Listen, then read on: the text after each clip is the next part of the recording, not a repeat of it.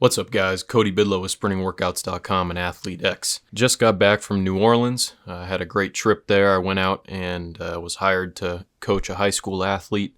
His family brought me out there and showed me a great time. Hopefully I can be doing more of that work in the future where, if someone needs assistance and they don't have a local coach that they feel comfortable working with, that, they can bring me out and hopefully I can give them some good coaching and provide a good service. So that was a great time, had a lot of fun, and was able to see a new place that I'd never been to. So very thankful for that opportunity. So as far as my training is concerned, I do feel like my strength is returning pretty quickly. Strength qualities tend to stick around longer than speed or power qualities. So if you do take a break from strength training and your numbers go down, not all is lost. Typically, it'll just take a little bit of time, a little bit of exposure to the strength training stimulus, and then your strength will come back. That's kind of why there's the whole concept of old man strength, because typically your strength levels continue to build and compound on one another. Obviously, if you get too old, then eventually you'll probably start losing some strength. But typically, if you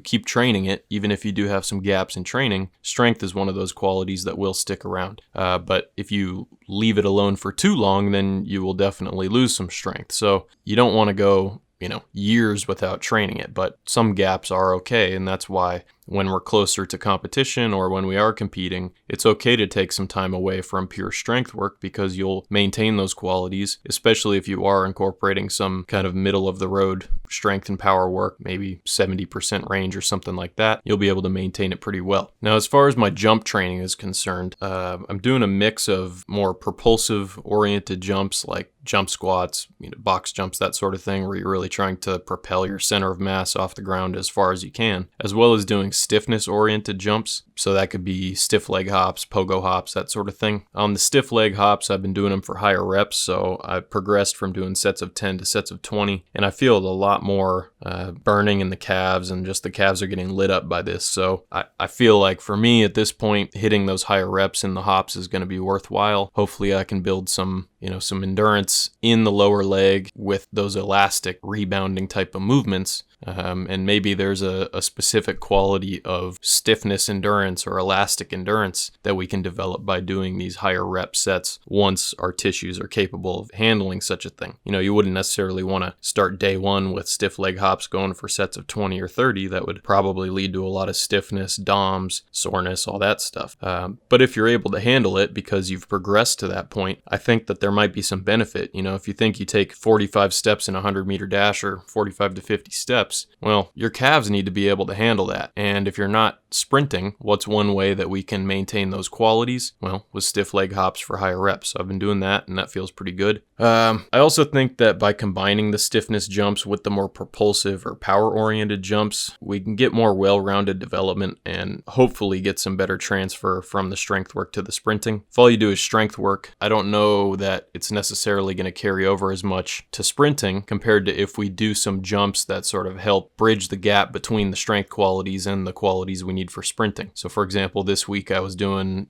back squats, full depth, ass to grass, pairing that with some jump squats with a 25-pound plate. On another day, I was doing sumo deadlifts, and then I followed that up with stiff leg hops, and then finished with stiff leg hops leading into a box jump. So trying to kind of combine all these qualities and allow for the most well-rounded development. We'll see if it works out, see if it has any transfer to sprinting. Nothing's guaranteed in this world, but we can at least try our best, and I think this is one way to bridge the gap between strength training and sprinting fast. I noticed that my abdominals still need a lot of work as they keep cramping up pretty much every session, and I'd imagine that when I sprint, this lack of conditioning in my abs is probably negatively affecting me. And I think that considering I've had so many hip strains, hip flexor strains in that area, whether it be in kind of the adductors, the high adductors, or the psoas or the abs, lower abs, I think that the fact that my abdominals are not very well conditioned and start to cramp up after doing any sort of, medium rep range on different exercises, that would be bad for me when I sprint.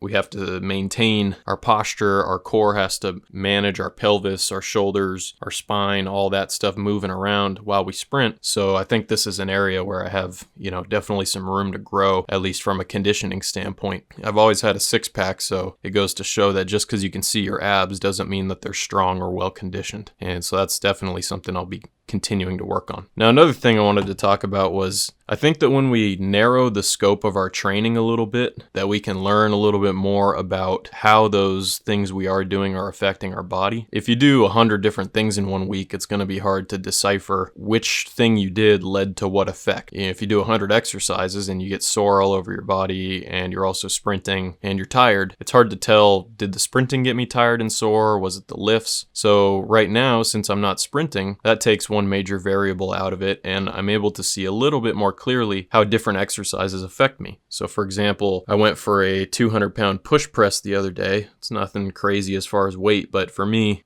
since I haven't been training this I've only been doing it for a few weeks, that was a max for me on that day. And I noticed that the next day I was able to go in and, do some squats at 315, do the jump squats and snatch up to 195 pounds. And I hadn't really done a full power snatch in like 360 days, I think, at least with any kind of load, So I noticed that the push press was fine. I didn't really get very fatigued from that. But the next day when I came and did the squats, the jump squats and the snatches, that left me very fatigued the following day.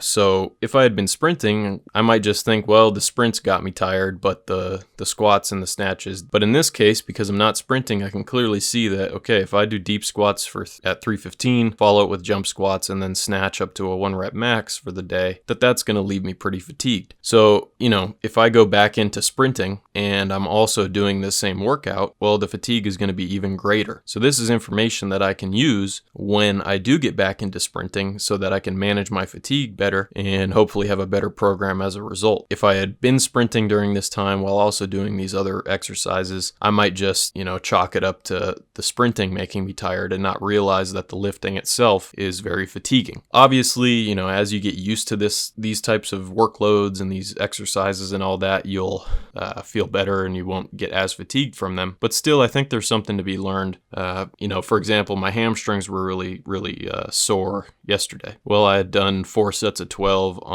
or 4 sets of 15 on 45-degree hyper with a 45-pound plate. So now I can know going forward, okay, if I do that, I'm probably going to get a little sore in the hamstrings. I know that if I work up to a 1 rep max in the snatch, I'm probably going to be pretty fatigued after.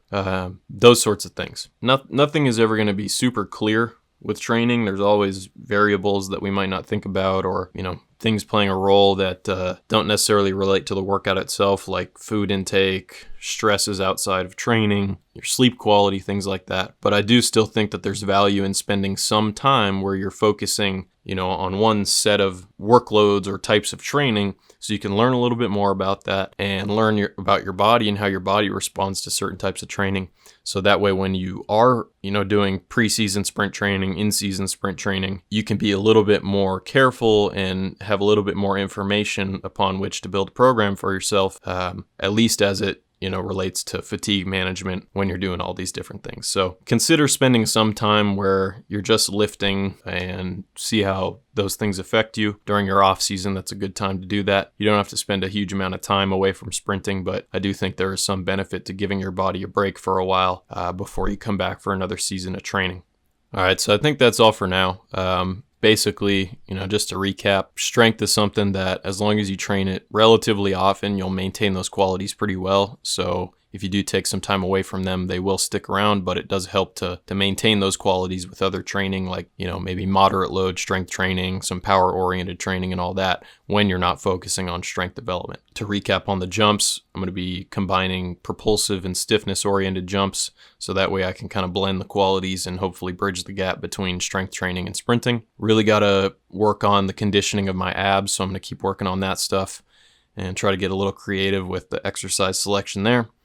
And then once again, when we narrow the scope of our training, it allows us to learn a little bit more about how our body deals with the types of training that we are doing, so that when we bring back the training that we are not doing at that time, we'll have a better idea of how all the different variables in our training are affecting us. And hopefully we can, come up with a better program as a result. So that's all for now, guys. I hope all is well in your world. If you have any questions, comments, concerns, make sure to leave them below. Hit that subscribe button so you can stay tuned to all my future videos. I noticed that about 80% of the people watching these videos are not subscribed. So if you could hit the subscription button, I would greatly appreciate that. I'll try not to blast you with any spam or, poor low quality content, but please subscribe if you haven't. And other than that, I will catch you guys next time. This is Cody Bidlow with SprintingWorkouts.com and ATHLETE.X, signing off.